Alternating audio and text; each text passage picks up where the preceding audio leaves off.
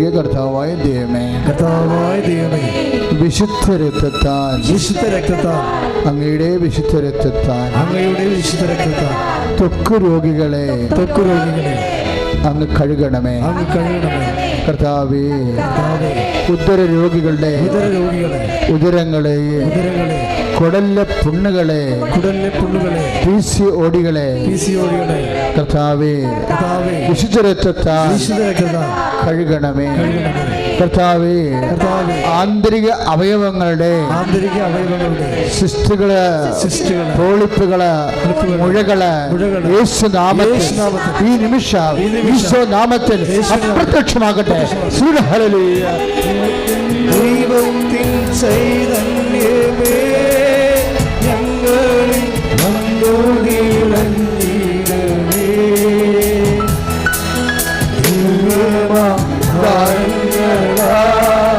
ഞങ്ങളെ ഭവ്യരായി മാറ്റിടണേ.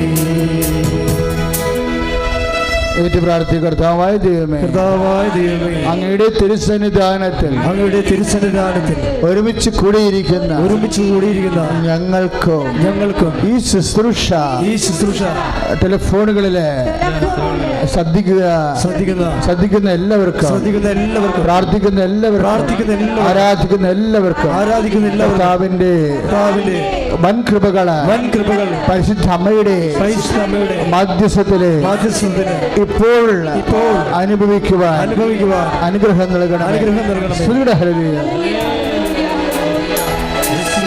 ദൈവത്തിൻ ചൈതന്യമേ ഞങ്ങളിൽ വന്നു നിറഞ്ഞിടണേ.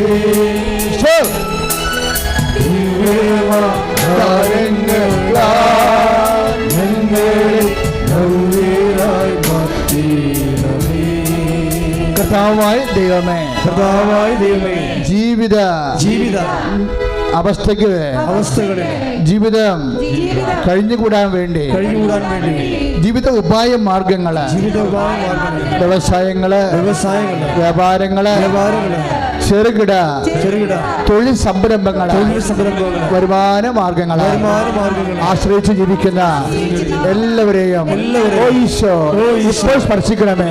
അവിടെ തടസ്സങ്ങള്, അവിടെ ദോഷങ്ങള് അമ്മയുടെ മധ്യസ്ഥത്തില് ഈശോയുടെ നാമത്തില്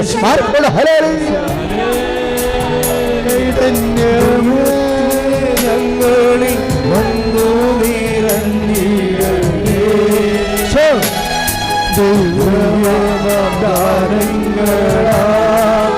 ഞങ്ങളെ ഭവ്യരായി മാറ്റിടണേ. കർത്താവായ ദൈവമേ, യൂട്യൂബിലും ഫേസ്ബുക്കിലും ഈ ആരാധന പങ്കെടുത്തുകൊണ്ടിരിക്കുന്ന എല്ലാ മക്കളെയും ആശീർവദിക്കണമേ.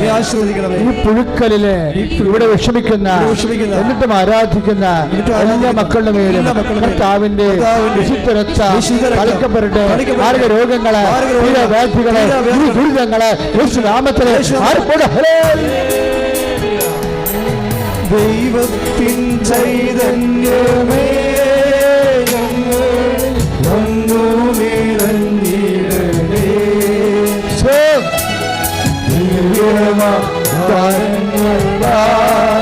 ഞങ്ങളെ ഭവ്യരായി മാറ്റിടണേ. കർത്താവായ ദൈവമേ, ജോലി അന്വേഷിക്കുന്നവര്, പഠനത്തിലിരിക്കുന്നവര്, പരീക്ഷ അഭിമുഖീകരിക്കുന്നവര്, ഇന്റർവ്യൂവിനെ അഭിമുഖീകരിക്കുന്നവര് യേശുവേ ഇപ്പോൾ സ്പർശിക്കണമേ. അമ്മേ പരിശുദ്ധമേ, മക്കൾക്കെല്ലാം വേണ്ടി ഈശോയുടെ ഇപ്പോൾ സാക്ഷ്യം വഹിക്കണമേ. മാധ്യസ്ഥം തേടണമേ. അവരെ സാക്ഷ്യം പറയുവാൻ അവരെ അനുഗ്രഹിക്കണമേ. ഹല്ലേലൂയ. ദൈവത്തിൻ ചൈതന്യമേ ഞങ്ങളിൽ വന്നു നിറഞ്ഞിടണേ.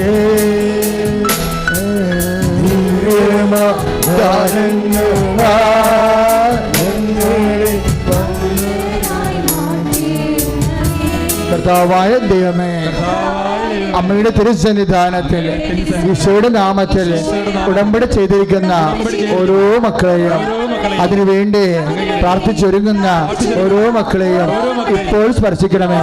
അവിടെ കണ്ണുനീരിനെ അങ്ങ് ഏറ്റെടുക്കണമേ. ഈശോ ഈശോ എന്തിനു വേണ്ടിയാണോ ഉടമ്പടി ചെയ്തിരിക്കുന്നത് ആ നിബന്ധനകളെ പാലിക്കുവാൻ മക്കളെ അനുഗ്രഹിക്കണമേ. അവരുടെ വിഷമതകളെ, അവരുടെ രോഗങ്ങളെ, ജീവിത ദുരിതങ്ങളെ, ജീവിത തടസ്സങ്ങളെ യേശുവിന്റെ നാമത്തിലെ ഈ നിമിഷം മാറിപ്പോട്. ഹല്ലേലൂയ. ദൈവത്തിൻ ചൈതന്യമേ ഞങ്ങൾ വന്നു നിറഞ്ഞിടണേ.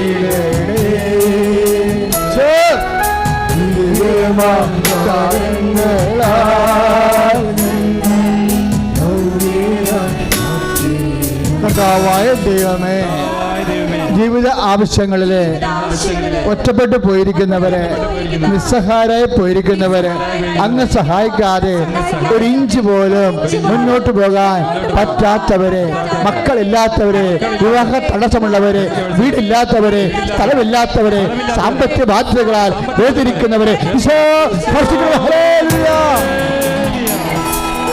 ദൈവത്തിൻ ചൈതന്യമേ ഞങ്ങൾ വന്നു നിറഞ്ഞിടണേ.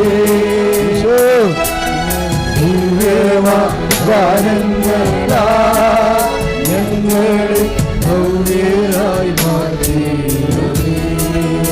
കർത്താവായ ദൈവമേ, നൈപുണ്യ പരീക്ഷകള്, മത്സര പരീക്ഷകള്, വിദേശ ജോലികള്, ചെയ്തുകൊണ്ടിരിക്കുന്ന ജോലിയിൽ തടസ്സമുള്ളവര്, ജോലി നഷ്ടപ്പെടുന്നവര്, ട്രാൻസ്ഫർ, അതുപോലെയുള്ള വിഷമതകളില് വേദനിക്കുന്നവര്, പ്രമോഷൻ ഇല്ലാത്തവര്, ഈശോയെ നാനാ തരത്തിലുള്ള വേദന അനുഭവിക്കുന്ന ഓരോ മക്കളും പരിശുദ്ധ അമ്മയാൽ, അമ്മയുടെ മധ്യസ്ഥതയാൽ ഈശോയുടെ നാമത്തില് സമർപ്പിക്കപ്പെടട്ടെ.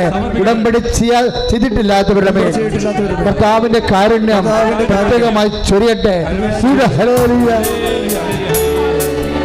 ദൈവത്തിൻ ചൈതന്യമേ ഞങ്ങൾ വന്നു നിറഞ്ഞിടണേ.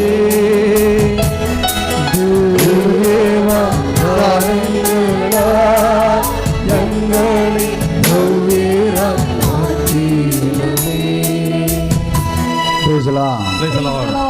പ്രിയമുള്ളവരെ, നമ്മൾ വലിയ വലിയ സാക്ഷ്യങ്ങളാണ് കേട്ടുകൊണ്ടിരുന്നത്. ഇപ്പോഴേ കേട്ട സാക്ഷ്യങ്ങൾ തന്നെ വീണ്ടും നിങ്ങൾ വീട്ടിൽ ചെല്ലുമ്പോൾ മൊബൈലെടുത്ത് വീണ്ടും ആ സാക്ഷ്യം തന്നെ കേൾക്കേണ്ടതാണ്. കേൾക്കുന്ന അനുസരിച്ച് നിങ്ങളുടെ വിശ്വാസം വർദ്ധിക്കുകയും ചെയ്യും. പക്ഷേ എപ്പോഴും നമ്മൾ മൊബൈലിൽ കർത്താവിൻ്റെ വചനങ്ങൾ കേൾക്കുമ്പോൾ എൻ്റെ സഹോദരങ്ങൾ അത് സാധാരണ ഒരു പ്രോഗ്രാം കാണുന്ന പോലെ കേൾക്കരുത്. ഇപ്പം നിങ്ങൾ അതിലൊക്കെ കുറേ കോമഡിയൊക്കെ കാണത്തില്ലേ, അതുപോലെ തന്നെ കുറേ വേറെ ചില ഐറ്റംസൊക്കെ കാണാം. അതുപോലെ ധ്യാനം കാണരുത്. ആരാധന എന്ത് ചെയ്യണം? ഇവിടെ സ്തുതിക്കുമ്പോൾ പാരലായിട്ട് നിങ്ങൾ സ്തുതിച്ചുകൊണ്ട് വേണം ആരാധന കൂടുവാൻ. നമ്മൾ കാണുകയല്ല, നമ്മളെന്താ ചെയ്യണത്? അതിൽ കൂടുകയാണ് ചെയ്യണത്. അപ്പോൾ കൂടുന്നവർ ആ പ്രാർത്ഥനയോടെ തന്നെ കൂടണം. കൂടുന്നതനുസരിച്ച് നമ്മുടെ വിശ്വാസം, ദൈവസ്നേഹം, പിന്നെ നിങ്ങൾക്കറിയാമല്ലോ, ഇപ്പോൾ ഒരു സാക്ഷ്യം നമ്മൾ കേട്ടു. എന്താ? സ്പേസ് മേക്കർ വെച്ചിരിക്കുന്ന കുഞ്ഞിന് വേണ്ടി പ്രാർത്ഥിച്ചപ്പോൾ ആ ചേട്ടൻ എന്നാ പറഞ്ഞത്? പൂർണ്ണമായി സുഖപ്പെട്ടിട്ടില്ല എന്നല്ലേ പറഞ്ഞത്, അല്ലേ? അപ്പോൾ അത് കുഴപ്പമൊന്നുമില്ല. എന്നാലും ഒരു 80% അത് കവറായി. സ്പേസ് മേക്കർ മാറ്റി, ഒറ്റ പ്രാർത്ഥനയോടെ സ്പേസ് മേക്കർ മാറ്റി. പക്ഷെ അതിൻ്റെ മറ്റ് ചില അവസ്ഥകൾ നിലനിൽക്കുന്നുണ്ട്. അത് കേട്ടപ്പോൾ എൻ്റെ മനസ്സിൽ തോന്നി എന്താണെന്ന് അറിയാമോ? അതായത് അത് നമുക്ക് ഈശോ അത് ആ സൗഖ്യം പൂർണ്ണമാക്കും. നമ്മൾ എന്ത് ചെയ്യണം? നമ്മൾ നിബന്ധനകളെ, ഉടമ്പടിയുടെ നിബന്ധനകളെ പൂർണ്ണമാക്കിയാൽ മതി. വേറെ പ്രശ്നമൊന്നുമില്ല. നമ്മൾ നിബന്ധനകളെ പൂർണ്ണമാക്കിയാൽ, നിബന്ധനകൾ അറിയാവോ? നിബന്ധനകൾ എങ്ങനെ വരണതാ? ദൈവത്തിൻ്റെ മനുഷ്യന്മാർക്ക് അവരുടെ തകർച്ചക്കാലത്ത് ദൈവം പറഞ്ഞു കൊടുത്ത ചില പോംവഴികളാണ് നിബന്ധനയായിട്ട് വരണത്. അല്ല, നിബന്ധന ഒരു നിർബന്ധമല്ല. ദൈവത്തിൻ്റെ ആൾക്കാരില്ലേ? ആരാണ്?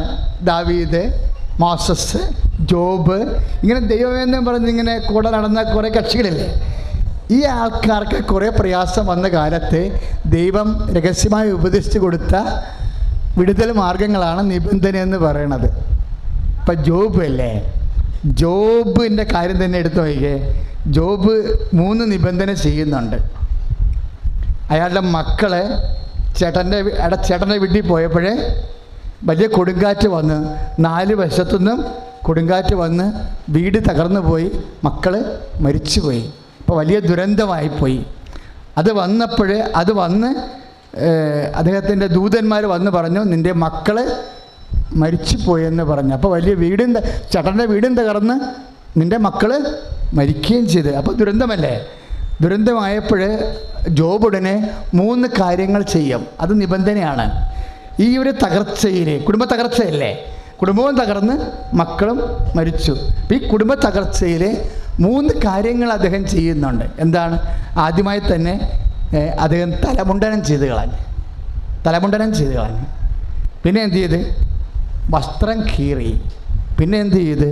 സർവാംഗം സാഷ്ടാംഗം വീണ്. 3 കാര്യങ്ങളാണ് ചെയ്യുന്നത്.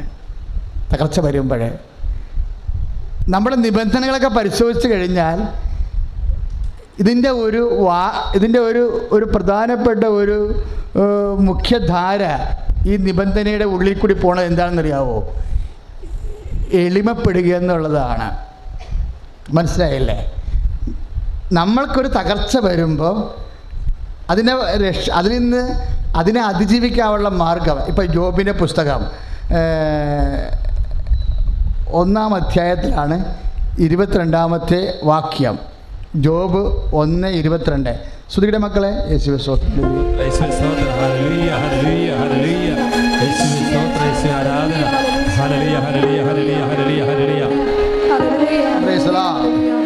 ജോബ് 1:20 മുതൽ തുടങ്ങുന്നത്. ജോബ് എഴുന്നേറ്റ്, അതായത് വീട്ടിൽ ജോബ് 1:18 മുതൽ തുടങ്ങുന്നുണ്ട്. അത് അവൻ പറഞ്ഞുകൊണ്ടിരിക്കുമ്പോൾ തന്നെ മറ്റൊരുവൻ കടന്നു വന്ന് പറഞ്ഞു, ദുരന്ത വാർത്തയാ, തകർച്ചയാ, നിൻ്റെ പുത്രന്മാരും പുത്രിമാരും തങ്ങളുടെ ജ്യേഷ്ഠ സഹോദരൻ്റെ വീട്ടിൽ സൽക്കാരത്തിൽ മുഴുകിയിരിക്കുകയായിരുന്നു. പെട്ടെന്ന് മരുഭൂമിയിൽ നിന്ന് വീശിയടിച്ച കാറ്റ്, കൊടുങ്കാറ്റ് വീടിൻ്റെ 4 മൂലക്കും അടിച്ചു. അത് തകർന്ന് വീണു, അവർ മരിച്ചുപോയി. ഇപ്പം തകർച്ചയും മരണവുമാണ് ശരിക്കും ഒരു മനുഷ്യൻ്റെ ജീവിതത്തിൽ സംഭവിക്കാവുന്ന ഏറ്റവും വലിയ ദുരന്തമാണ്. ഇങ്ങനെ ഒരു സംഭവം സാധാരണ ഈ ജോബിന് ഉടനെ പരിശുദ്ധാത്മാവ് ആവശ്യിച്ചിട്ട് പറഞ്ഞു, ഇതാണെങ്കിൽ ശരി, ഇതിനെ എല്ലാത്തിനും അതിജീവിക്കാൻ പറ്റും. ഈ നിബന്ധനകളൊക്കെ അങ്ങനെ ഉണ്ടാകണതാ. ഇപ്പം നമ്മൾ ഫോളോ ചെയ്യണ നിബന്ധന ആരുടേതാ? മോസസിൻ്റെ. ഉടമ്പടി നമ്മൾ ഫോളോ ചെയ്യണ നിബന്ധനകൾ ആരുടേതാണ്? മോസസിന് ഒരു വലിയ വിഷമസന്ധി വന്നപ്പോൾ ദൈവം ഉപദേശിച്ചു കൊടുത്ത മാർഗമാണ്. എന്താണ്? 10 കൽപ്പനകൾ അല്ലേ? ജെറിക്കോ പട്ടണം പ്രതിരോധിക്കാൻ പാടാണെന്ന് പറഞ്ഞ് ജോർദാൻ വറ്റിച്ചപ്പുറത്ത് പോകാനും വാഗ്ദാന നാട് പ്രാപിക്കാനും ഈ ജനം അശക്തമാണെന്ന് പറഞ്ഞപ്പോൾ ദൈവം പറഞ്ഞു, ഞാൻ നിങ്ങളുടെ കൂടെ വരാം, നിങ്ങളെ ശക്തീകരിക്കാം, പക്ഷേ നിങ്ങൾ 10 നിബന്ധനകൾ പാലിക്കണം. അപ്പം നിബന്ധനകൾ എന്തിനു വേണ്ടിയുള്ളതാണ്? തകർച്ചയുടെ സമയത്തും വലിയ പ്രതിസന്ധി ഉണ്ടാകുമ്പോഴും അതിനെ പ്രതിരോധിച്ച് ജീവിത വിഷയങ്ങളെ അതിജീവിക്കാനുള്ളതാണ് നിബന്ധന. ഇപ്പോൾ സ്പേസ് മേക്കർ എടുത്ത് മാറ്റി എങ്കിലും അല്പ ആവശ്യത നിലനിൽക്കുന്നുണ്ടെന്ന് പറയുമ്പോൾ അപ്പൻ എന്നാ ചെയ്യേണ്ടത്? നിബന്ധന കർക്കശമാക്കിയാൽ മതി. വേറെ പ്രശ്നങ്ങളൊന്നുമില്ല ഇതിൻ്റെ അകത്ത്. നിങ്ങളുടെ ശ്രദ്ധ എപ്പോഴും നിബന്ധനകളിലായിരിക്കണം. പക്ഷേ പലരുടെ ശ്രദ്ധ എവിടെയാണെന്നറിയാമോ? അവർ ദൈവതിരുസന്നിധിയിൽ സമർപ്പിച്ച വിഷയങ്ങളിലാണ് നിങ്ങളെ ശ്രദ്ധിക്കണത്. ദൈവതിരുസന്നിധിയിൽ വെച്ച വിഷയങ്ങൾ അമ്മ ശ്രദ്ധിച്ചോളൂ. അത് നമ്മൾ ശ്രദ്ധിക്കേണ്ട കാര്യമില്ല. കാര്യം നമ്മൾ ശ്രദ്ധിച്ച ചില കാര്യങ്ങൾ നടക്കത്തില്ല. ഇപ്പോൾ അവസാനം സാക്ഷ്യം പറഞ്ഞൊരു മോളില്ലേ, അവൾ B2 എക്സാം എഴുതുമ്പോൾ അവർക്കറിയാം അത് കിട്ടത്തില്ല എന്നറിയാം. കാര്യം എന്താ? ജർമ്മൻ ഭാഷയുടെ B1 ഉണ്ട്, B2 ഉണ്ട്. B2 നല്ല കട്ടിയാണ്. അപ്പം സംസാരത്തിൽ പോകും, അല്ലെങ്കിൽ എഴുത്തിൽ പോകും, അല്ലെങ്കിൽ ഗ്രാമറിൽ പോകും, പ്രൊണൗൺസിയേഷനിൽ പോകും, എവിടെയെങ്കിലും പഠിക്കും. കാര്യം നമ്മൾ പുതുതായിട്ട് ആ ഭാഷ പഠിക്കുകയല്ലേ. അപ്പോൾ സ്വാഭാവികമായി തോറ്റു പോകും. അപ്പോൾ അവൾക്കാണത് മനസ്സിലാവണമില്ല. അത് എവിടെ അത് എഴുതി ഒപ്പിക്കാൻ പറ്റണില്ല. പക്ഷേ ശരീരത്തിൽ ഒളിപ്പിച്ച് വെച്ചിട്ടുള്ള ഉടമ്പടി ജ്ഞാപകമുണ്ട്. നമ്മൾ പറഞ്ഞില്ലേ, ഞാൻ എൻ്റെ ശരീരത്തിൽ ഞാൻ ഒളിപ്പിച്ച് വെച്ചു. എന്തിനാണ് ഒളിപ്പിച്ച് വെച്ചത്? കർത്താവിൻ്റെ കശുരൂപം. എന്താ സംഭവം ചെയ്യണത്? അത് കർത്താവിനോട് ചെയ്ത ഉടമ്പടിയുടെ ഓർമ്മ ജ്ഞാപകമാണ് വെച്ചിരിക്കുന്നത്. അതെന്താണ്? വിശ്വാസമാണ്. അപ്പം നിങ്ങൾക്കത് അത്രയ്ക്ക് ക്യാച്ച് ചെയ്തില്ല. നിങ്ങൾ അത് ക്യാച്ച് ചെയ്യണം. കാര്യം എന്താണ്? അവരുടെ വിശ്വാസമാണ് അത് വെച്ചിരിക്കുന്നത്. അവർ നെഞ്ചിൻ്റെ ഉള്ളിൽ വെച്ചാലും ബ്ലൗസിൻ്റെ ഉള്ളിൽ വെച്ചാലും ആ കാശുരൂപം എന്താ? അവർ വിശ്വാസമാണ്. എന്താണ്? എൻ്റെ പരീക്ഷയേക്കാൾ വലുതാണ് എൻ്റെ കർത്താവ്. എൻ്റെ പരീക്ഷയേക്കാൾ വലുതാണ് എൻ്റെ കർത്താവ്. എൻ്റെ സിലബസിനേക്കാളും വലുതാണ്, ഈ ചോദ്യങ്ങളെക്കാൾ വലുതാണ് എൻ്റെ കർത്താവ്. അപ്പോൾ എപ്പോഴും നമ്മൾ അഭിമുഖീകരിക്കുന്ന വിഷയങ്ങളെക്കാൾ മുകളിൽ കൊണ്ടുവരണം നമ്മുടെ വിശ്വാസം. വിഷയത്തേക്കാൾ എപ്പോഴും നമ്മൾ ശ്രദ്ധിക്കേണ്ട അത്രയേ ഉള്ളൂ. വിഷയത്തേക്കാൾ മുകളിലായിരിക്കണം വിശ്വാസം. ഇപ്പം നിനക്ക് വീടില്ല, എവിടെ നിന്ന് കിട്ടാനാ? ഇവിടെയൊക്കെ വീടിന് ഭയങ്കര തീ പിടിച്ച വിലയാണ് എന്നൊക്കെ പറയും. അപ്പോൾ നമ്മൾക്ക് എവിടെ നിന്ന് കിട്ടാനാണെന്ന് പറയുമ്പോഴേ എന്ത് പറ്റും? നിൻ്റെ വിഷയത്തേക്കാൾ താഴെയായി നിൻ്റെ വിശ്വാസം. അപ്പോൾ എപ്പോഴും നമ്മൾ ചെയ്യേണ്ടതെന്ന് വെച്ച് കഴിഞ്ഞാൽ, ദൈവം എപ്പോഴും അറിയാമല്ലോ, ഉടമ്പടിയുടെ മനുഷ്യ പങ്കാളി എപ്പോഴും സീറോ മൈനസ് ആയിരിക്കും. ഉടമ്പടിയുടെ മനുഷ്യ പങ്കാളി എന്ന് പറയുന്നത് ആരാ? നോഹിൻ്റെ കാലം മുതൽ, എബ്രഹാത്തിൻ്റെ കാലം മുതൽ, മോസസിൻ്റെ കാലം മുതൽ, ഈശോൻ്റെ കാലം വരെ ഉടമ്പടിയുടെ മനുഷ്യ പങ്കാളി.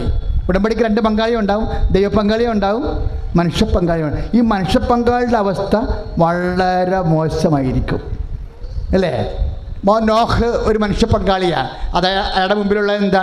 ചീഞ്ഞളിഞ്ഞ ശവങ്ങൾ പൊങ്ങുന്ന ഒരു ഭൂമിയാണ് ഉണ്ടായത്. ദൈവം ഉടമ്പടി നോഹിനോട് ചെയ്യുമ്പോൾ അദ്ദേഹത്തെ ചുറ്റും ശവങ്ങൾ പൊങ്ങിക്കിടക്കുകയാണ്. പ്രളയത്തിൽ ചത്തവരുടെ ശവങ്ങളെ,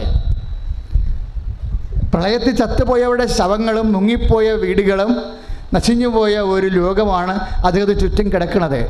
അപ്പം ആ സമയത്താണ് ഉടമ്പടി എന്ന വലിയ ആശയം വരണത്. ഉടമ്പടി ബൈബിളിൽ വരണത് അങ്ങനെയല്ലേ? നോഹിൻ്റെ കാലത്തല്ലേ ആദ്യത്തെ ഉടമ്പടി വരണത്. അപ്പോൾ ഉടമ്പടി വരുമ്പോൾ ചുറ്റോട് ചുറ്റും കിടക്കുന്ന ഭൂമിയും ഭൂപ്രദേശവും ചുറ്റുപാടുകളും പരിസരങ്ങളും ദ്രവിച്ചതും ചീഞ്ഞതും എല്ലാം തകർന്നതുമായിരിക്കും. മനുഷ്യ പങ്കാളി എപ്പോഴും സീറോ മൈനസിലായിരിക്കും. ഈ സീറോ മൈനസിൽ നിന്ന് ജീവിതം എങ്ങനെയാണ് ദൈവത്തിൻ്റെ സ്വപ്നത്തോളം എത്തിക്കണത്? അതിൽ വിശ്വസിക്കുമ്പോഴാണ്. നമ്മൾ വിശ്വസിക്കുമ്പോഴാണ്. ഈ വിശ്വാസം പല തരമുണ്ടെന്ന് അച്ഛൻ പറഞ്ഞു. ഇപ്പം മനസ്സിലാകാത്ത പരീക്ഷയ്ക്കും എഴുതാൻ പറ്റാത്ത പരീക്ഷയുടെ മേലാണ് ആ സഹോദരി വിശ്വാസം പ്രഖ്യാപിച്ചിരിക്കുന്നത്, അല്ലേ? മനസ്സിലാകാത്ത പരീക്ഷയാണ്, എഴുതാൻ പറ്റാത്ത കടുകട്ടിയായ വിഷയത്തിൻ്റെ മേലെ വിശ്വാസം. അപ്പോൾ എന്ത് പറ്റി? വിഷയത്തെക്കാൾ വലുതായി വിശ്വാസം. എൻ്റെ മക്കൾ എപ്പോഴും ചെയ്യേണ്ടത്, ഉടമ്പടിയിൽ ഇരിക്കുന്നവർ ശ്രദ്ധിക്കേണ്ടത്, ഈ വിഷയത്തെക്കാൾ എൻ്റെ വിശ്വാസത്തെ ഞാൻ മുകളിലാക്കുന്നുണ്ടോ എന്ന് നോക്കണം. മുകളിലാക്കണത് എങ്ങനെയാണ്? മുകളിലാക്കുന്നത് വിശ്വാസത്തെക്കാൾ, ഇപ്പം ജോബ് വിഷയത്തെക്കാൾ അവൻ്റെ വിശ്വാസം മുകളിലാക്കി. അവനെന്താ ചെയ്തിരിക്കണത്? തലമുണ്ടനം ചെയ്തോടനെ. മനുഷ്യൻ്റെ തലമുടി അറിയാമല്ലോ, അവൻ്റെ ഭംഗിയും അവൻ്റെ വ്യക്തിത്വവും അവൻ്റെ ഔന്നത്യവും ഒക്കെ കുറേയൊക്കെ തലമുടികളിലാണ് ഇരിക്കുന്നത്. അവൻ ക്ഷവരം ചെയ്ത് കളഞ്ഞ്. അപ്പോൾ എന്തിനാണ് അങ്ങനെ ക്ഷവരം ചെയ്ത് കളയണതെന്ന് അറിയണം. രണ്ടാമത് അവൻ ചെയ്യണത് എന്താണ്? മനുഷ്യൻ്റെ പിന്നെ ഔന്നത്യമുള്ളത് എവിടെയാണ്? അവൻ്റെ വസ്ത്രമാണ്. അവൻ്റെ വസ്ത്രം. നമ്മളിപ്പോഴേ മലയാളികൾ എന്താ പറയണത്? ചത്ത് കിടന്നാലും ചവഞ്ഞ് കിടക്കണം. നമ്മളങ്ങനെ വിട്ടുകൊടുക്കത്തില്ല. വീട്ടിലെ പട്ടിണി പുറത്തറിയിക്കത്തില്ല. നമ്മൾ പുറത്ത് നല്ല ഡീസൻ്റായിട്ട് തന്നെ ജീവിക്കും. കർത്താവിൻ്റെ ഇഷ്ടമാണത്, കർത്താവിൻ്റെ പോളിസിയാണത്. കർത്താവ് എന്താ പറഞ്ഞത്? നിങ്ങൾ ഉപവസിക്കുകയാണെങ്കിൽ മര്യാദയ്ക്ക് പോയി കുളിക്കുക, നല്ല സുഗന്ധം പൂശുക, മുടിയിലെ മുഖം കഴുകുക, എണ്ണ തേക്കുക, സ്മാർട്ടായിട്ട് നടക്കാൻ പറയും. കൈയടിച്ച് കർത്താവ് സേലി.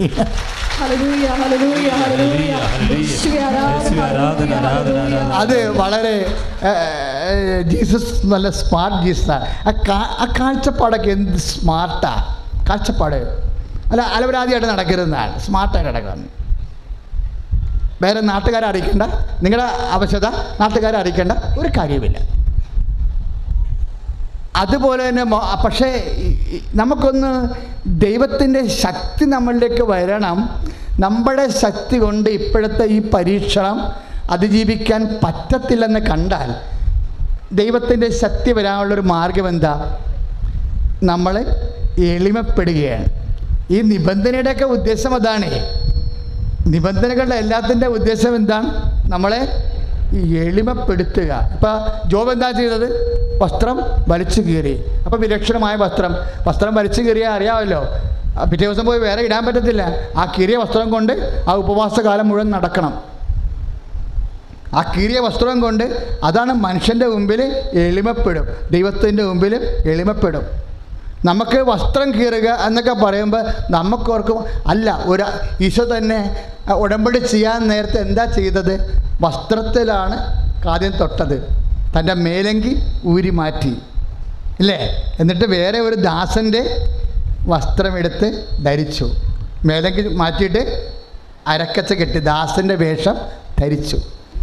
ഇപ്പോൾ ഉടമ്പടി എപ്പോഴും ചെയ്യുമ്പോൾ നമ്മൾ എളിമയുടെ ഒരു കണ്ടൻ്റ് എൻ്റെ തൊണ്ട്. ഇപ്പം യോഹന്നാൻ 13:13 അവൻ മേലങ്കി അഴിച്ചു, ദാസൻ്റെ വേഷം ധരിച്ചു. ദൈവം ഇടപെടുന്നതിന് മുമ്പ് ദൈവികമായ ഇടപെടലാണ്. ഇനി അടുത്ത സംഭവം എന്താണ്? ദിസ് ഈസ് മൈ ബോഡി എന്ന് ഈശോ പറയും. ഇതെൻ്റെ ശരീരം ആകുന്നു എന്ന് പറഞ്ഞിട്ട് നമുക്ക് അവൻ്റെ ശരീരത്തിൽ അവൻ്റെ ദൈവികമായ സാന്നിധ്യം വെച്ചുകൊണ്ട് ലോകത്തിന് അവൻ്റെ സാന്നിധ്യം പ്രദാനം ചെയ്യുന്ന മുമ്പ് അവൻ വസ്ത്രം അഴിച്ചു മാറ്റിയിരുന്നു. ദൈവത്തിരുസന്നിധിയിൽ ഈശോ എന്തുമാത്രം നാളെ വസ്ത്രം മൊത്തം അഴിച്ചിട്ട് വസ്ത്രം അവർ കീറി പങ്കിട്ടെടുക്കും. യഥാർത്ഥ ഉടമ്പടിയുടെ സമയത്ത് അവൻ്റെ വസ്ത്രങ്ങൾ 4 ഭാഗിച്ച് 4 പേരെടുക്കും. അതെന്താ? ഉടമ്പടിയുടെ ഭാഗമാണ്. വസ്ത്രം അഴിക്കുക, വസ്ത്രം കീറുക, കീറി പങ്കിടുക എന്നൊക്കെ വെച്ചാൽ അവൻ ദാസനായി മരണത്തോളം തന്നെ താഴ്ത്തി, അതിനാൽ ദൈവം അവനെ അത്യധികം ഉയർത്തി. കൈ അടുത്ത് കിടന്നാൽ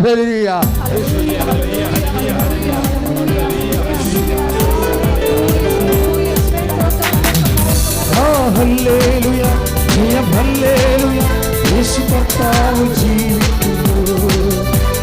ഹല്ലേലൂയ, ജയം ഹല്ലേലൂയ, യേശു കർത്താവ് ജീവിക്കുന്നു. പരിശുദ്ധ പരമദിവ്യകാരുണ്യത്തിന് മൂന്നാമത് ജോബ് എന്നാ ചെയ്തത്? ജോബ് 1-ാം അധ്യായം 20, 21, 22 വചനങ്ങളാണ് അച്ഛൻ പറയണത് അല്ലേ? തകർച്ചയുടെ സമയത്ത് മൂന്നാമതായി ജോബ് എന്നാ ചെയ്തത്? സാഷ്ടാംഗം വീണു. അത് മനുഷ്യൻ്റെ മുമ്പിലും ആകാം, ദൈവത്തിന് മുമ്പിലാകാം. ഉദ്ദേശമല്ല, ഒന്ന് മാത്രമാണ്. സാഷ്ടാംഗം വീണാലും തലമുണ്ടനം ചെയ്താലും വസ്ത്രം കീറിയാലും ഉദ്ദേശം എന്താ? അതെല്ലാം ഒരു മാർഗമാണ്. മനസ്സിലായില്ലേ? സാഷ്ടാംഗം വീണത് ഒരു മാർഗം, പ്രാർത്ഥനയും ഒരു മാർഗമാണ്, ആരാധനയും ഒരു മാർഗമാണ്, തലമുണ്ടനം ചെയ്യണതും ഒരു മാർഗമാണ്, വസ്ത്രം കീറുന്നതും ഒരു മാർഗമാണ്. നമ്മുടെ ഔന്നത്യങ്ങളെല്ലാം നിലപാടുകളെല്ലാം നമ്മുടെ സ്റ്റൈൽ ആൻഡ് സ്റ്റാൻഡേർഡ് ആയിട്ടുള്ള കാര്യങ്ങളെല്ലാം ദൈവത്തിരുസന്നിധിയിൽ അഴിച്ചു മാറ്റുകയാണ്. എന്താ? നമ്മൾക്ക് ദൈവത്തിൻ്റെ ശക്തിയില്ലാതെ ഇനി മുന്നോട്ട് പോകത്തില്ല. അപ്പോൾ ദൈവത്തിൻ്റെ ശക്തി നമുക്ക് ലഭിക്കാൻ വേണ്ടി നമ്മളെ തന്നെ ഈ നിബന്ധനകളുടെ ഉദ്ദേശം എന്താണ്? എളിമപ്പെടുത്തുക. അതാണ് ജോബ് വീണ്ടും എന്തുകൊണ്ട് ജോബ് തലമുണ്ടനം ചെയ്തു? എന്തുകൊണ്ട് ജോബ് വസ്ത്രം കീറി? എന്തുകൊണ്ട് ജോബ് സാഷ്ടാംഗം വീണു എന്ന് പറയുന്നുണ്ട്. എവിടെ പറയണത്? അത് 22-ാം അധ്യായം 23-ാമത്തെ വാക്യം. ജോബ് 22-23. സർവശക്തൻ്റെ സന്നിധാനത്തിലേക്ക് തിരിച്ചു വരികയും, ദൈവത്തെങ്കിലേക്ക് തിരിച്ചു വരുന്നതിൻ്റെ ഭാഗമാണ് നിബന്ധനകളെല്ലാം. ദൈവത്തിൽ നിന്ന് അകന്നു പോകുമ്പോഴാണല്ലോ നമുക്ക് തകർച്ചയും രോഗവും വിഷമവും ദുരന്തവും ഒക്കെ ഉണ്ടാവുന്നത്. അപ്പോൾ നമ്മൾ തിരിച്ചു വരുമ്പോഴല്ലേ തിരിച്ചു വരണ്ടേ? അപ്പോൾ തിരിച്ചു വരാൻ വേണ്ടിയാണ് ജോബ് തലമുണ്ടനം ചെയ്തത്. തലമുണ്ടനം ചെയ്യുന്നതിൻ്റെ ഉദ്ദേശം എന്താ? സർവശക്തൻ്റെ സന്നിധാനത്തിലേക്ക്. ഏറ്റു പറഞ്ഞേ, സർവശക്തന്റെ സന്നിധിയിലേക്ക്. ജോബ് 22-23. സർവശക്തന്റെ സന്നിധാനത്തിലേക്ക് തിരിച്ചു വരികയും. അപ്പൊ നിങ്ങളുടെ നിബന്ധന പ്രകാരമുള്ള ഉപവാസങ്ങളില്ലേ എന്താ ഉദ്ദേശിക്കണത്? കർത്താവിന്റെ തിരുസന്നിധാനത്തിലേക്ക് തിരിച്ചു വരിക, കർത്താവിനോട് അടുത്ത് വരിക, തിരിച്ചു വരികയും നിന്നെ തന്നെ എളിമപ്പെടുത്തുകയും ചെയ്യുമെങ്കിൽ, പ്രൈസ് ദി ലോർഡ് എന്ന് പറഞ്ഞ് നിന്നെ തന്നെ എളിമപ്പെടുത്തുകയും ചെയ്യുമെങ്കിൽ. അതല്ലേ ഞാൻ പറഞ്ഞത്, പത്രം അവരവർ വാങ്ങിക്കണം, അവരവർ തന്നെ വിതരണം ചെയ്യണം. നിങ്ങൾ വാദ്യാരാണെങ്കിലും കളക്ടറാണെങ്കിലും മന്ത്രിയാണെങ്കിലും ഉടമ്പടി ചെയ്ത് നിങ്ങൾ തന്നെ പത്രം വാങ്ങിച്ച് നിങ്ങൾ തന്നെ വിതരണം ചെയ്യണം. എന്താ ഉദ്ദേശം? എന്താ? നിങ്ങൾ പഠിപ്പിച്ച കുട്ടികൾ വരുന്ന പള്ളികളിൽ നിങ്ങൾ നിന്ന് പത്രം കൊടുക്കും. അപ്പം നിങ്ങൾ എന്ത് ചെയ്യും? എളിമപ്പെട്ടിരിക്കും. അതാണ് എന്തിനാണ് നമ്മൾ ദൈവത്തിലേക്ക് തിരിച്ചു വരികയാണ്. അവിടെ പള്ളി പത്രം തീർന്നു കഴിയുമ്പോൾ, എല്ലാവരും കിട്ടിക്കഴിയുമ്പോൾ നമ്മുടെ നാട്ടിലോട്ട് ഇറങ്ങും. കിട്ടാത്ത വീടുകളിൽ കൊണ്ടുപോയി കൊടുക്കും. എന്താ കാര്യം? ഈശോ ഈ ടീച്ചറിന് വന്നൊരു ഗതികേടെ പണ്ടത്തെ പാപമായിരിക്കും. നാട്ടുകാരെന്തെങ്കിലും തോന്നിവാസം പറയും, പറഞ്ഞില്ലാണ് കുഴപ്പം. നാട്ടുകാരെന്തെങ്കിലും തോന്നിവാസം പറയുമ്പോൾ നമ്മൾ സ്തുതിക്കണം. എന്താ കാര്യം? അവർ പറയുമ്പോഴെന്താ പ്രശ്നം? അവരെ ആശീർവദിക്കാനും അവരോട് ക്ഷമിക്കാനും നമുക്ക് വീണ്ടും അനുഗ്രഹത്തിൻ്റെ ഒരവസരം കിട്ടുകയാണ്. മനസ്സിലായോ? അത് ജ്ഞാനവരം ഉണ്ടെങ്കിൽ ആണ് അതൊക്കെ ആഘോഷിക്കുന്നത്. മറ്റുള്ളവരുണ്ട് നമുക്ക് തരുന്ന അപമാനങ്ങളെല്ലാം ദൈവപൈതലിന് ആന്തരികമായ ആഘോഷമായിരിക്കും. മനസ്സിലായില്ലേ? ദൈവപൈതലായിരിക്കണമെന്നേ ഉള്ളൂ, വേറെ കുഴപ്പമില്ല. അപ്പോൾ നിൻ്റെ കൂടാരത്തിൽ നിന്ന് അനീതിയെ നീ അകറ്റുമെങ്കിൽ, ഏതാ തലമുണ്ടനം ചെയ്താലും അതേസമയം തന്നെ വിലങ്കി വലിച്ചു കീറിയാലും, പിന്നെ ഒരു കാര്യം കൂടിയുണ്ട്. എന്താ? നിൻ്റെ കൂടാരത്തിൽ നിന്ന് അനീതി അകറ്റണം. ചുമ്മാ അനീതിയല്ല, പലതരത്തിൽ അനീതി കാണിക്കത്തില്ലേ? അതിൻ്റെ മക്കളെ, ഈ ഉടമ്പടി കാലം നിങ്ങൾ ആരോടെ ഉടമ്പടി ചെയ്തിരിക്കണത്? കർത്താവിനോട് നേരിട്ട് ചെയ്തിരിക്കുന്ന കാര്യമാണ്. പരിശുദ്ധ അമ്മയാ വഴിയാണ് ചെയ്തിരിക്കണേ. അതാണ് മരിയൻ ഉടമ്പടി. അപ്പോഴെന്നെ അനീതി അകറ്റണമെന്ന്. അതുകൊണ്ട് സഖ്യപുസ്തകം എന്താ പറയണത്? ആരെങ്കിലും വക വഞ്ചിച്ചെടുത്തിട്ടുണ്ടെങ്കിൽ അതൊരു അനീതിയല്ലേ? 4 ഇരട്ടിയായി തിരികെ കൊടുക്കുന്നു. Praise the Lord. അപ്പോൾ എന്തെങ്കിലും അനീതി വന്ന് ഇപ്പം നമ്മൾ ലഹരി പദാർത്ഥങ്ങൾ ഉപേക്ഷിക്കുന്നു അല്ലേ? അതെന്താണ്? അത് അനീതി ആയതുകൊണ്ടാണ്. കാര്യം എന്താണ്? നമ്മുടെ കുഞ്ഞുങ്ങൾ പഠിക്കാനുള്ള പൈസയാണ് നമ്മൾ പുകച്ച് കളയണത്. അനീതിയാണ്. കുഞ്ഞുങ്ങളോട് ചെയ്യണ അനീതിയാണത്. അപ്പം അനീതി അതാണ് ജോബ് പറയണത്. എന്നാ?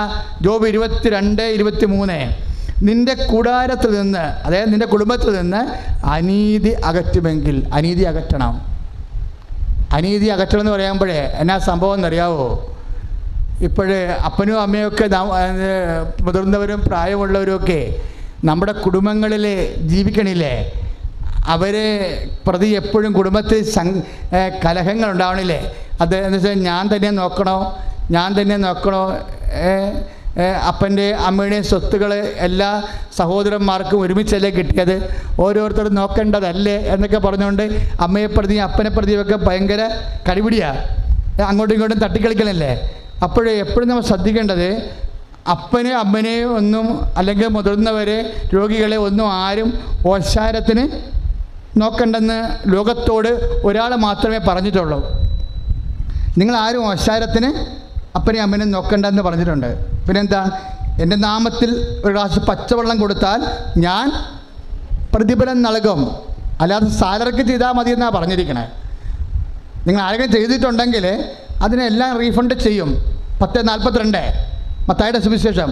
കാരണം നമ്മളത് നോക്കത്തില്ലെന്നും നമ്മൾ നമ്മുടെ സൗകര്യമനുസരിച്ച് പോകുമെന്നും കർത്താവിനറിയാം. കർത്താവിൻ്റെ കൂടെ നിന്ന ആൾക്കാർ പോലും കർത്താവിനെ തള്ളിപ്പറഞ്ഞതാണ്. അപ്പോൾ തള്ളിപ്പറഞ്ഞ സ്വഭാവം മനുഷ്യൻ്റെ ഉള്ളിലുള്ളതുകൊണ്ട് ആ തള്ളിപ്പറച്ചതിൻ്റെ ബുദ്ധിമുട്ടുകൾ അപ്പനും അമ്മയും അനുഭവിക്കുമെന്ന് ഓർത്തിട്ട് കർത്താവ് നേരത്തെ പറഞ്ഞ്, നിങ്ങളുടെ കയ്യിൽ നിന്ന് ചിലവാക്കേണ്ട കാര്യമില്ല, നിങ്ങൾ എൻ്റെ നാമത്തിൽ എൻ്റെ പേരിൽ ചെയ്താൽ മതി, ഐ വിൽ റീഫണ്ട്, ഞാനത് നിങ്ങൾക്ക് പ്രതിഫലം നൽകും. അത് നിങ്ങൾക്ക് സംശയം ഉണ്ടെങ്കിൽ അപ്പനെയും അമ്മനെയും കൂടി ഇപ്പം നിങ്ങൾ നോക്കുകയാണെന്ന് വിചാരിച്ചോ, എന്നിട്ട് നിങ്ങൾ തന്ത്രത്തിൽ അത് ആരുടെയെങ്കിലും വേറെ സഹോദരന്മാരുടെ അടുത്ത് കൊടുക്കാമെന്ന് വിചാരിച്ചോ, അവർ നോക്കേണ്ടതല്ലേ എന്ന് ചോദിക്കുമ്പോൾ വലിയപ്പനും കൊച്ചാപ്പനും ഒക്കെ അങ്ങനെ വന്ന് പറയും, എടാ ശരിയാണല്ലോ, അവർ നോക്കേണ്ടതല്ലേ, അവർക്ക് ഉത്തരവാദിത്തം ഉണ്ടല്ലോ, അവരുടെ സമ്പത്ത് മേടിച്ചതല്ലേ എന്നൊക്കെ പറയുമ്പോൾ നിനക്ക് ഇങ്ങനെ പിരികൊണ്ട് നീ വീട്ടിൽ അപ്പനും അമ്മനെയും കുത്തുന്നോടൊക്കെ തുടങ്ങുകയല്ലേ. നോടെ കഴിഞ്ഞ് നോക്കിക്കോ, ഇവരെ നോക്കുന്നത് കൊണ്ട് മാത്രം നിന്നെ അനുഗ്രഹിച്ചുള്ള കുറേ അനുഗ്രഹങ്ങളുണ്ട്. ഈ സാധനം അപ്പനും അമ്മയും ഇറങ്ങിയാൽ അതോടുകൂടി ഇറങ്ങും. അപ്പോഴും മാത്രമേ അപ്പോഴും നീ പൊട്ടനായത് കാരണവും കർത്താവിൻ്റെ മുമ്പിൽ ബന്ധമില്ലാത്ത കാരണം എന്തുകൊണ്ടാണ് ഈ വിപത്ത് ഇപ്പം കുടുംബത്തിൽ വന്നതെന്ന് നിനക്ക് മനസ്സിലാവത്തില്ല. കാര്യം അപ്പനെ അമ്മനെ നോക്കുന്ന കൊണ്ട് നിനക്ക് വരാൻ സാധ്യതയുള്ള പല വിപത്തുകളിൽ നിന്നും ദൈവം നിന്നെ പ്രൊട്ടക്റ്റ് ചെയ്യുന്നുണ്ടായിരുന്നു. നീ ഇവരിപ്പം നാത്തും പോര് കളിച്ച് അവൾ നോക്കട്ടെ, അവളുടെയൊക്കെ ഇവിടുത്തെ ഓഹരി കൊണ്ട് അവരും തിന്നുന്നുണ്ടോ എന്ന് പറഞ്ഞുകൊണ്ട് ഇവരെ നിങ്ങൾ ഫുട്ബോൾ അടിച്ചു കഴിഞ്ഞാൽ അപ്പനും അമ്മ ഇവിടെ നിന്ന് ഇറങ്ങുമ്പോൾ നിൻ്റെ സംരക്ഷണം നിൻ്റെ ഇതിൽ നിന്ന് പോകും. കാര്യം അപ്പനെയും അമ്മനെ നീ നോക്കുമ്പോൾ, അല്ലെങ്കിൽ സഹോദരങ്ങൾ, അല്ലെങ്കിൽ നമുക്ക് നേരിട്ട് ഉത്തരവാദിത്തമില്ലാത്ത ഒരു വ്യക്തിയാണെന്ന് തന്നെ വിചാരിക്കുക, നോക്കണം വിചാരിച്ചോ, അത് കർത്താവിൻ്റെ പേരിലാക്കി കളയണം. നിങ്ങൾ ചെയ്യണ കാര്യങ്ങൾ എന്തായാലും ഈശോ പറഞ്ഞിട്ടുണ്ട്, എൻ്റെ നാമത്തിൽ ആക്കണം. അങ്ങനെ വരുമ്പോൾ നമ്മൾ എന്താ ചെയ്യണത്? നമ്മൾക്ക് ചില കുറവുകളുണ്ടാകും. ഇപ്പം മക്കൾ എക്സ്കർഷന് പോകാൻ വേണ്ടി ചോദിച്ചപ്പോൾ അമ്മ പറഞ്ഞ് എങ്ങനെയാണ് ഇവിടുന്ന്, അപ്പോൾ ഇവിടെ കാശില്ലെന്ന് അപ്പം പറയും. അവിടെ അമ്മ അടുക്കളയെന്ന് പറയും. എങ്ങനെയാണ് പിള്ളേർക്ക് പിള്ളേരെ പോലെ ജീവിക്കണത്? എല്ലാ ചിലവും നിങ്ങളുടെ മുതുകത്തിട്ടല്ല ഉണ്ടാക്കണമെന്ന് ചോദിക്കും. ആരുടെ കാര്യമാണ് പറയണത്? അപ്പനും അമ്മനും അവിടെ കേൾപ്പിച്ചുകൊണ്ടാണ് ഈ പിശാചകത്ത് നിന്നുകൊണ്ട് ഈ വിശേഷമൊക്കെ പറയണത്. ഇത് വേറെ അപ്പനും അമ്മയും കേൾക്കത്തില്ലെങ്കിൽ കേൾക്കേണ്ട ആൾ കേൾക്കും. അതോടുകൂടി നിൻ്റെ കാര്യത്തിൽ തീരുമാനം ആകും. നിൻ്റെ മകൻ്റെ ഒരു എക്സ്കർഷൻ വന്നപ്പോൾ നീ തുറുപ്പിട്ട് വെട്ടണതാണ്. അതാണ് പറഞ്ഞിരിക്കുന്നത് ഇവിടെ. എന്നാ പറഞ്ഞിരിക്കണത്? നിൻ്റെ കുടുംബത്തിൽ നിന്ന് അനീതിയെ നീ അകറ്റിക്കളയുമെങ്കിൽ, അനീതിയാണതല്ല, നിൻ്റെ വർത്തമാനവും അനീതിയാണ്, നീ ഇപ്പോഴും എടുക്കുന്ന തീരുമാനവും അനീതിയാണ്. നീതി ഉണ്ടാകുന്ന കുടുംബത്തിൽ നീ നിബന്ധനകൾ എപ്പോഴും നീതി ഉണ്ടാക്കും. നിബന്ധനകളുടെ ഉദ്ദേശം എന്താ? നീതി നിറവേറ്റുക എന്നുള്ളതാണ്. കുടുംബത്തിലെ നീതിയാണ്. അപ്പോൾ അങ്ങനെ വന്നാൽ എന്ത് സംഭവിക്കും? അപ്പോൾ സർവശക്തൻ്റെ സന്നിധാനത്തിലേക്ക് നീ തിരിച്ചു വരണം.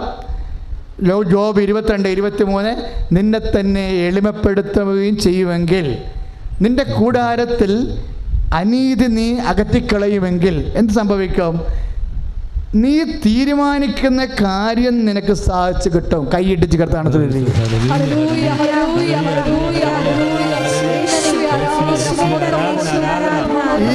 ഈ വചനം ഒന്ന് വീട്ടിൽ പോയി വായിക്കണം കേട്ടോ. ജോബിൻ്റെ ഉള്ളതാണ്. ജോബ് 22:28.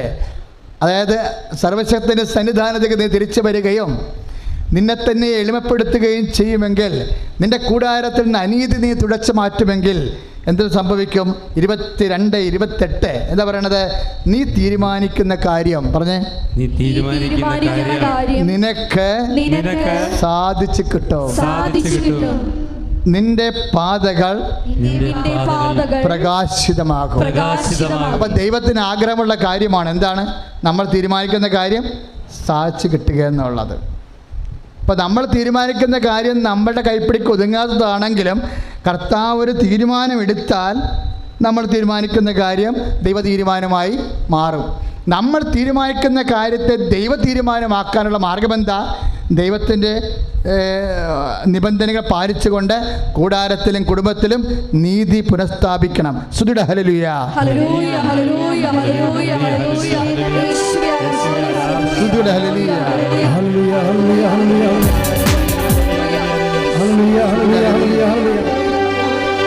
ജീവിച്ചിരിക്കുമ്പോൾ സ്നേഹിക്കൂ നീ മാതാപിതാക്കളെന്നും, നിനക്കായി ജന്മം നൽകിയോരല്ലേ വേദനിപ്പിക്കരുതേ അവരെ.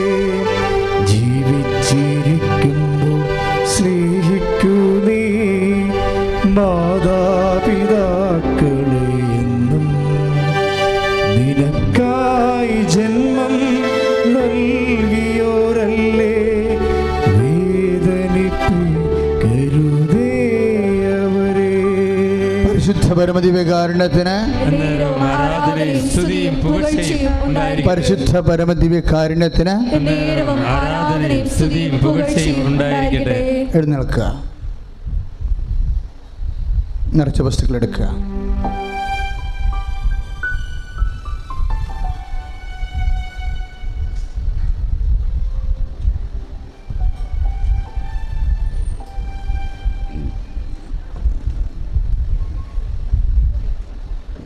എല്ലാവരും എഴുന്നേൽക്കുക. നിറച്ച വസ്തുക്കൾ എടുക്കുക.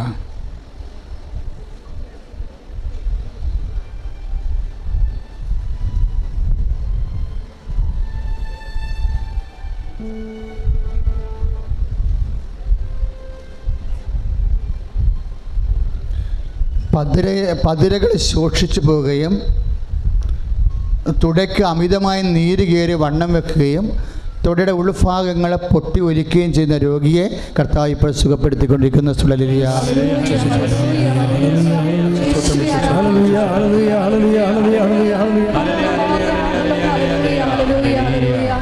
സ്തുതിയുടെ ഹല്ലേലൂയ.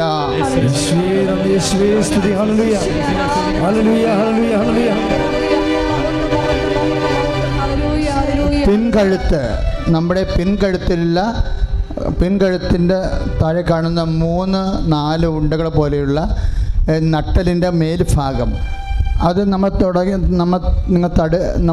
തടവുകയാണെങ്കിൽ കയ്യിലത് തടയും. അത് അസ്ഥി പോലെ ചില ആൾക്കാർക്ക് ഇങ്ങനെ മുഴച്ചുകൊണ്ട് നിൽക്കുക.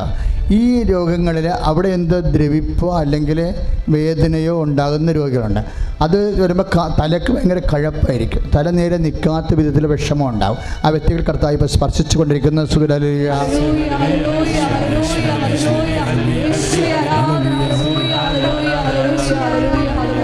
കർത്താവ് രക്തസ്രാവക രോഗികളെ കർത്താവ് സ്പർശിക്കുന്നുണ്ട്. അങ്ങനെ രക്തസ്രാവമായിട്ടൊരു ബന്ധമുള്ളവർ അടിവയറ്റ് കൈവച്ചുകൊണ്ട് സ്തുതിക്കേണ്ടതാണ്. ഇപ്പോഴേ നിങ്ങൾക്ക് സാക്ഷ്യം പറയാൻ സാധിക്കും. അതുപോലെ തന്നെ നമ്മുടെ കൈകളിങ്ങനെ മാംസം ഇങ്ങനെ കൂടിയിട്ട് ഇങ്ങനെ വള കിടക്കണ പോലെ നീര് കൈ ഞാടികളിൽ കിടക്കണവരുണ്ട്. മാംസവും വളർന്ന് വള പോലെ ഇങ്ങനെ ചുറ്റി കിടക്കണ പോലെ കാണുന്നു. ആ വ്യക്തികളെ കർത്താവ് സൗഖ്യപ്പെടുത്തിക്കൊണ്ടിരിക്കുന്നു.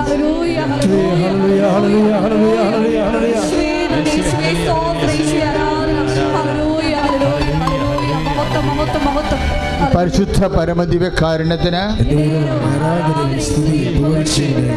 കർത്താവായ ദൈവമേ, തൈറോയിഡ് രോഗങ്ങളാ, ടോൺസൈറ്റ് രോഗങ്ങളാ ഇപ്പോൾ സ്പർശിക്കണമേ. ക്യാൻസർ രോഗികളെ ഇപ്പോൾ സ്പർശിക്കണമേ. കരട് രോഗികളെ ഇപ്പോൾ സ്പർശിക്കണമേ. കിഡ്നി രോഗികളെ ഓ ദിവ്യകാരുണ്യമേ ഇപ്പോൾ സ്പർശിക്കണമേ. എൻ്റെ പ്രിയപ്പെട്ടവരെ, കരട് രോഗികൾ നെഞ്ചും കൂമ്പിനും, ഹൃദയ രോഗികൾ കൈ ഇടത് വശത്തും കൈവെക്കുക. കരട് രോഗികൾ നെഞ്ചും കൂമ്പിനും, ഹൃദയ രോഗികൾ ഇടതുവശത്തും കൈവെക്കുക. ഈ ശുശ്രൂഷയിൽ അന്യ സംസ്ഥാനങ്ങളിലും ജില്ലകളിലും വിദൂര രാജ്യങ്ങളിലും ഇരുന്നുകൊണ്ട് കൂടുന്നവരെല്ലാം രോഗികൾ പ്രത്യേകം ശ്രദ്ധിക്കുക. ഇനി നിങ്ങൾക്ക് നിങ്ങളുടെ ബന്ധപ്പെട്ട മറ്റ് രോഗികൾക്ക് വേണ്ടി നിങ്ങളുടെ ശരീരത്തിന് അതേ ഭാഗത്ത് കൈവച്ചുകൊണ്ട് പ്രാർത്ഥിക്കാവുന്നതാണ്. ഈശോയ്ക്ക് വിശ്വാസത്തിൻ്റെ അടയാളം മാത്രമാണ് ഈ കൈവെപ്പുകളെല്ലാം. ഈ കൈവെപ്പുകളെല്ലാം ചെയ്യണത് വിശ്വാസത്തിൻ്റെ അടയാളമാണ്. നിങ്ങളുടെ ബന്ധുക്കളോ സ്വന്തപ്പെട്ടവരോ, ഇത് കൃപാസനമാണ്. അമ്മ മാതാവ് ജീവനോടെ പ്രത്യക്ഷപ്പെട്ട അനേകരെ ലക്ഷങ്ങളെ സുഖപ്പെടുന്ന സ്ഥലമാണ്. നിങ്ങളെ ബന്ധപ്പെട്ടവരെ, നിങ്ങളെ മനസ്സിൽ ഓർക്കുന്നവരെ, നിങ്ങൾ എവിടെ ആയിരിക്കുന്നുവോ അവിടെ രോഗമുള്ള സ്ഥലങ്ങളിലേക്ക് നിൻ്റെ കൈകളെ വെക്കുക. നിൻ്റെ ഹൃദയ രോഗികളെ ഹൃദയത്തിലും, കരരോഗികളെ നെഞ്ചിൻ്റെ കൂമ്പിനും, കിഡ്നി രോഗികളെ പതകിനും കൈവെക്കുക. കിഡ്നി രോഗികളെ പതകിനും കൈവെക്കുക. ശ്രുതിയുടെ കർത്താവേ, ശ്രുതിയുടെ ഹല്ലേലൂയ. കർത്താവേ, വിശുദ്ധ രക്തത്താൽ ഓരോ മകനും കർത്താവേ ഞങ്ങളുടെ രോഗങ്ങളും ഞങ്ങൾ ആർക്ക് വേണ്ടി ഉദ്ദേശിക്കുന്നുവോ അവരുടെ രോഗങ്ങളും യേശുനാമത്തിലെ കർത്താവെ 32 കൊല്ലം അർപ്പിച്ച കൃപാന്റെ യോഗ്യതയാണ്. കൃപാസനം അത്താര പ്രത്യക്ഷയുടെ മാതാവിന്റെ മധ്യത്വത്തിലെ യേശുനാമത്തിലെ സൗഖ്യം പ്രാപിക്കട്ടെ. ഹല്ലേലൂയ.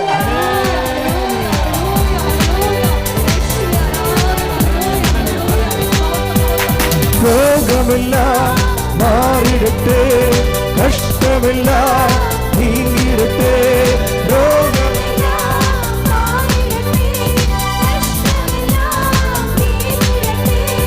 ഇരുമുറിവിനാൽ സുഖപ്പെടട്ടെ, ഇരുമുറിവിനാൽ സുഖപ്പെടട്ടെ. പരിശുദ്ധ പരമദിവ്യകാരുണ്യത്തിന് വീണ്ടും മക്കളില്ലാത്തവർ അടിവയറ്റിൽ കൈവെക്കട്ടെ. ഇനി നിങ്ങൾക്ക് നിങ്ങളുടെ ബന്ധുക്കൾക്ക് വേണ്ടിയും ഇതേ ശുശ്രൂഷ ചെയ്യാവുന്നതാണ്. ഈ കൈവെപ്പെല്ലാം നമുക്കറിയാമല്ലോ, സഭയുടെ അനാദികാലം മുതലുള്ള ദൈവാനുഗ്രഹത്തിൻ്റെ മാധ്യമ അനുഷ്ഠാനമാണ് കൈവെപ്പ്. ആ കൈവെപ്പ് ഇപ്പോൾ നിങ്ങൾ വെക്കുന്ന ആരെ ഉദ്ദേശിച്ചാണ്? നിങ്ങളുടെ മകൾ ചിലപ്പോൾ ഇവിടെ ഉണ്ടാവത്തില്ല, അവൾ ചിലപ്പോൾ കുവൈറ്റിലോ അന്യനാട്ടിലോ ആയിരിക്കും, പക്ഷെ അവൾക്ക് മക്കളില്ല. നിങ്ങൾ അവളെ ഓർത്തുകൊണ്ട് നിങ്ങളുടെ അടിവയറ്റിൽ കൈവെക്കണം. കാര്യം എന്താണ്? അവൾ ഓർക്കുമ്പോൾ നിങ്ങൾ കൈവെക്കുന്നത് ആരുടെ നാമത്തിലാണ്? യേശു നാമത്തിലാണ്. പ്രാർത്ഥിക്കുക, കർത്താവായ ദൈവമേ, യേശു നാമത്തിൽ ഞങ്ങൾ അനുസ്മരിച്ചുകൊണ്ട് വിശ്വാസം പ്രഖ്യാപിച്ചുകൊണ്ട് മക്കളില്ലാത്ത ദമ്പതികൾക്ക് ഞങ്ങൾ പ്രാർത്ഥിക്കുന്ന കർത്താവേ, അവർക്ക് ഈ നിമിഷം അങ്ങ് നൽകുന്ന കുഞ്ഞുമായി ഈ അൾത്താറയിൽ വന്ന് സാക്ഷ്യപ്പെടുത്തുവാൻ ഈശോ അനുഗ്രഹിക്കണമേ. സ്തുതിയുടെ ഹല്ലേലൂയ.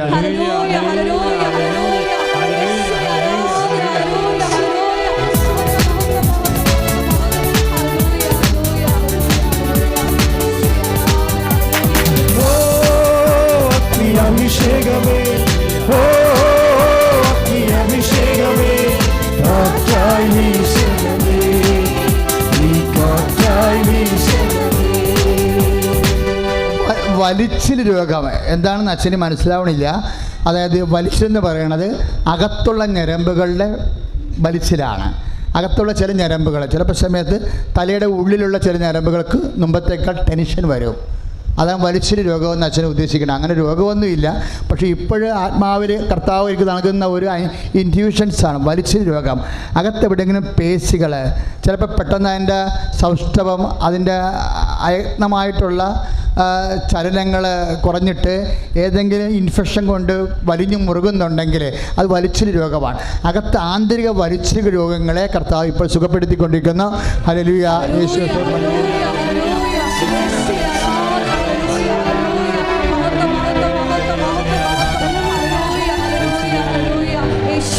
പരിശുദ്ധ പരമദിവ്യകാരുണ്യത്തിന് ജോലിയില്ലാത്തവര്, ജോലി നഷ്ടപ്പെടുന്നവര്, ജോലിക്കുള്ള വരുമാനം കൊണ്ട് കാര്യങ്ങൾ നടക്കാത്തവർ, സാമ്പത്തികമായ ബാധ്യത വരുന്നവർ, അവർക്ക് വേണ്ടി പ്രാർത്ഥിക്കുന്ന സമയമാണ്. നിങ്ങൾ എന്നെ കേൾക്കുന്ന എല്ലാവരും ഇപ്പോഴ് ഈ ശുശ്രൂഷ കഴിഞ്ഞും ഈ ശുശ്രൂഷ പങ്കെടുക്കുന്നവരുണ്ട്. ഈ ശുശ്രൂഷ ഇപ്പോൾ പങ്കെടുക്കുന്നവർ 3000-3800 പേരേ ഉള്ളൂ യൂട്യൂബിൽ പങ്കെടുക്കുന്നവർ ഈ സമയത്ത്. പക്ഷേ സന്ധ്യക്കുള്ളിൽ 10,000-37,000 പേരാകും. അതൊരു 3-4 ദിവസം കഴിയുമ്പോൾ 42,000-47,000 പേരാകും. അപ്പം അങ്ങനെയുള്ള ഏത് സമയത്തും ഈ ശുശ്രൂഷയെ ലൈവായി പങ്കെടുക്കുന്ന മക്കളെ, നിങ്ങളെ ഉൾപ്പെടെയുള്ളവർക്ക് മേൽ അച്ഛനോട് ചേർന്ന് പ്രാർത്ഥിക്കർത്താവായ ദൈവമേ, ഇപ്പോൾ പങ്കെടുക്കുന്ന ഞങ്ങളെയും ഇനി പങ്കെടുക്കാൻ പോകുന്നവരെയും അവരുടെ ജീവിതത്തിലെ ജോലിയുടെ വിഷയങ്ങൾ, കുടുംബത്തിന് സമാധാനം ഇല്ലാത്ത അവസ്ഥകൾ, കുടുംബ തകർച്ച വിഷയങ്ങൾ, പലതരത്തിലുള്ള സാമ്പത്തിക വിഷയങ്ങൾ യേശുക്രിസ്തുവിന്റെ നാമത്തിൽ നീങ്ങി പോകട്ടെ. ഹല്ലേലൂയ.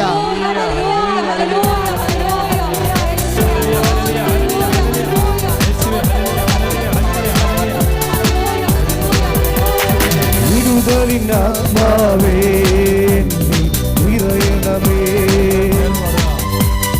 അഗ്നിതൻ അഭിഷേകമായി പടരണമേ. വിടുതലിനാത്മാവേ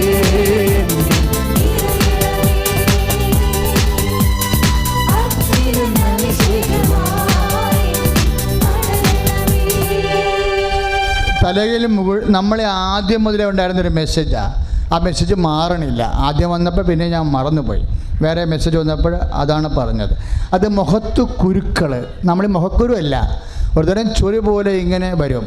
എന്നിട്ടത് കുറച്ച് കഴിയുമ്പോൾ കറുത്ത നിറമാകും, അതിന് ഭയങ്കര ഊത്തലാകും. ഇങ്ങനെ ശരീരത്തിൽ ഇങ്ങനെ ചെറുതായിട്ടിങ്ങനെ പൊങ്ങി വന്നു, പിന്നെ കറുത്ത നിറമായി മാറി, പിന്നെ സഹിക്കാത്ത ഊത്തലായി. ആ രോഗങ്ങളെ കർത്താവ് സുഖപ്പെടുത്തിക്കൊണ്ടിരിക്കുന്നു. ഹല്ലേലൂയ.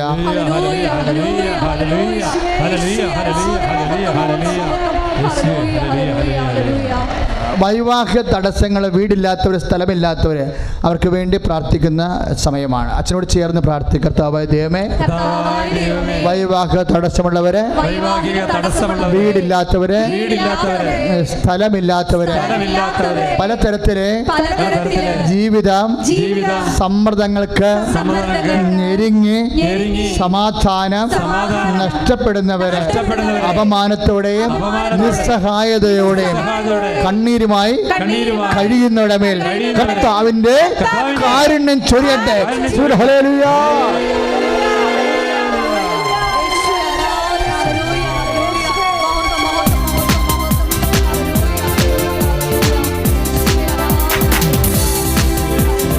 അത്ഭുതമായ തലമുറകൾക്കെന്നും അവകാശം, അത്ഭുതമായ വിടുതൽ. തലമുറകൾക്കെന്നും അവകാശം, യേശുവിൻ ബലിയുടെ യോഗ്യതയാ, ബന്ധനത്തിൽ നിന്നും വിടുതൽ. യേശുവിൻ ബലിയുടെ യോഗ്യതയാ, ബന്ധനത്തിൽ നിന്നും വിടുതൽ. പരിശുദ്ധ പരമദിവ്യകാരുണ്യത്തിന് ബിസിനസ് തകർച്ചയുള്ളവർക്ക് വേണ്ടി പ്രാർത്ഥിക്കാൻ ഈശോ ഇപ്പം തന്നിരിക്കുന്ന ആന്തരികമായ പ്രേരണയാണ്. ബിസിനസ് തകർച്ച ചെയ്തുകൊണ്ടിരിക്കുന്ന ബിസിനസ് പൊട്ടിപ്പോവുക, പുതിയൊരു ബിസിനസ് ചെയ്യാൻ ആഗ്രഹിക്കുക, എന്തെങ്കിലും എക്സ്പോർട്ട് ചെയ്യാൻ ആഗ്രഹിക്കുക, അതുപോലെ തന്നെ ബാങ്കിൻ്റെ വലിയ ബാധ്യതകൾ വന്നിരിക്കുക, അതെങ്ങനെ കൊടുക്കണമെന്ന് അറിയാൻ വളരെ വിഷമിക്കുക, പാക ഉടമ്പടി പ്രശ്നങ്ങൾ, ഒപ്പിടിട്ട് തരാത്ത പ്രശ്നങ്ങൾ, പലതരത്തിലുള്ള വിഷമതകൾ, സാമ്പത്തിക വിഷയങ്ങളുടെ മേലുള്ള കേസുകൾ, എന്ത് ചെയ്യണമെന്ന് അറിയാൻ പറഞ്ഞ് വിഷമിക്കുന്ന ഉടമയിൽ കർത്താവിൻ്റെ കരുണ ചൊരിയട്ടെ. സ്തുതിയുടെ ഹല്ലേലൂയ. സ്പർശിക്കണമേ കർത്താവേ, ദൈവത്തിന്റെ ശക്തിയുടെ ഹല്ലേലൂയ. യേശു സ്തോത്രം. ഹല്ലേലൂയ ഹല്ലേലൂയ ഹല്ലേലൂയ.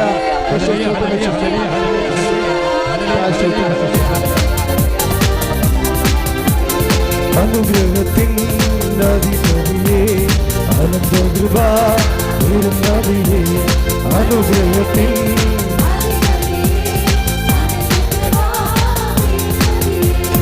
അനുദിനം നിൻ പദംഗതിയേ, അടിയനു നിൻ കൃപമതിയേ.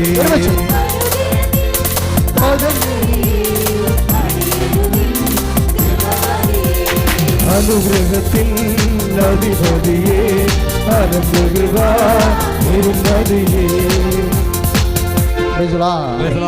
മക്കളെ, തീരുമാനമെടുക്കാൻ പറ്റാത്തവർക്ക് വേണ്ടി പ്രാർത്ഥിക്കാൻ പറഞ്ഞിരിക്കുക. നിങ്ങൾക്കറിയാവോ, ഇപ്പോഴീ ആരാധനയെ തുടങ്ങിയതിന് ശേഷമുള്ള എല്ലാ പ്രാർത്ഥനകളും 1 by 1 ആയിട്ട് ഈശോ ഇന്നത് പ്രാർത്ഥിക്കുമെന്ന് ആന്തരിക പ്രേരണ കിട്ടിയിട്ടാണ് പ്രാർത്ഥിക്കുന്നത്. അതിൻ്റെ അർത്ഥം എന്താണെന്നറിയാമോ? ഞാൻ വളരെ ഹാപ്പിയാണ്. കാരണം നിങ്ങൾക്കറിയത്തില്ലല്ലോ, അച്ഛൻ ഇങ്ങനെ ഓരോ കാര്യങ്ങൾ ഓർത്ത് പ്രാർത്ഥിക്കണം പോലെ നിങ്ങൾക്ക് തോന്നണം. അല്ല, ഇതെല്ലാം അച്ഛനെ ഓർപ്പിച്ച് തരണമാണ് അമ്മയുടെ മധ്യസ്ഥതയിൽ. അതിൻ്റെ അർത്ഥം എന്താണെന്നറിയാമോ? ഇതെല്ലാം നടക്കുമെന്നുള്ളതാണ്.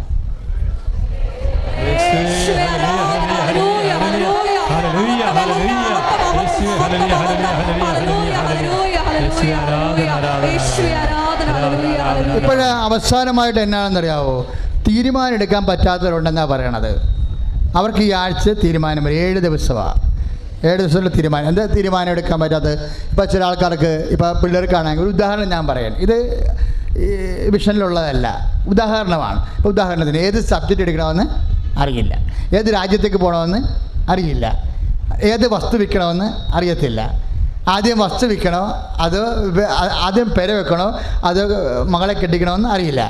അപ്പോൾ ഇങ്ങനെ ഓരോ കൺഫ്യൂഷൻസ് വരികയതില്ലേ. അപ്പോൾ ഇതുപോലുള്ള ഒരു തീരുമാനം എടുക്കാൻ പറ്റാത്ത ആൾക്കാർ, ആ തീരുമാനം എടുക്കാൻ പറ്റാത്ത കുഴങ്ങിയ ഒരവസ്ഥ, ഇത് ഈ ആരാധനയിലൂടെ ഈശോ മാറ്റും. നിങ്ങൾ അച്ഛനോട് ചേർന്ന് പ്രാർത്ഥിക്കും. കർത്താവായ ദൈവമേ, പരിശുദ്ധ അമ്മയുടെ മധ്യസ്ഥതയിലെ എൻ്റെ ജീവിതത്തിന്റെ മേൽഗതിക്ക് ആവശ്യമായ തീരുമാനമെടുക്കാൻ പരിശുദ്ധ അമ്മ വഴി ഈശോ കേൾപ്പിക്കുന്ന കർത്താവേ, തെറ്റാത്ത തീരുമാനം, നഷ്ടം വരാത്ത തീരുമാനം എടുക്കുവാൻ പരിശുദ്ധാത്മാവിന്റെ ആലോചന ശക്തിയാ സഭയെ അഭിഷേകം ചെയ്യണം. ഹല്ലേലൂയ.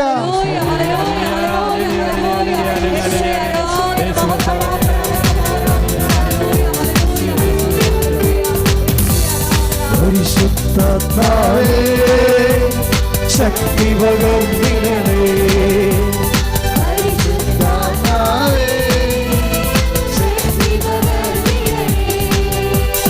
അവിടുത്തെ ബലം ഞങ്ങൾക്ക് ആവശ്യമെന്ന് കർത്താവേ നീ അറിയുന്നു.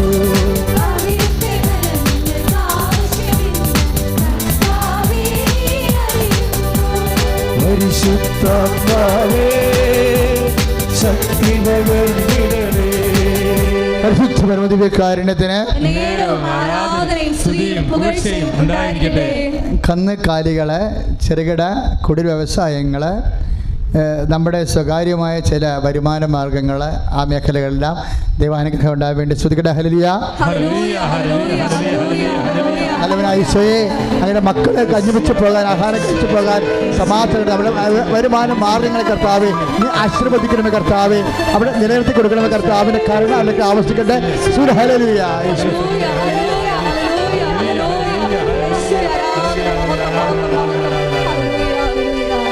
നേരത്തെ വസ്തുക്കൾ എടുക്കുക. പത്രം, തിരി, തേന്, വാങ്ങിച്ചിട്ടുള്ള കാശുരൂപങ്ങൾ എന്തായാലും എടുക്കുക.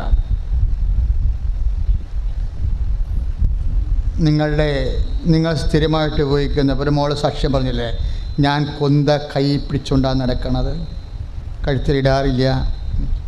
ഇപ്പം നമ്മൾ സ്ഥിരമായി ഉപയോഗിക്കുന്ന വസ്തുക്കൾ അതെടുക്കണം. ഇപ്പോഴ് അമ്മയുടെ മധ്യസ്ഥത്തിൽ ആരാധനയിൽ ആശീർവദിക്കാൻ പോവുകയാണ്. എല്ലാ മാസവും അതുപോലെ നമ്മൾ ആശീർവാദം പുതുക്കിയെടുക്കും.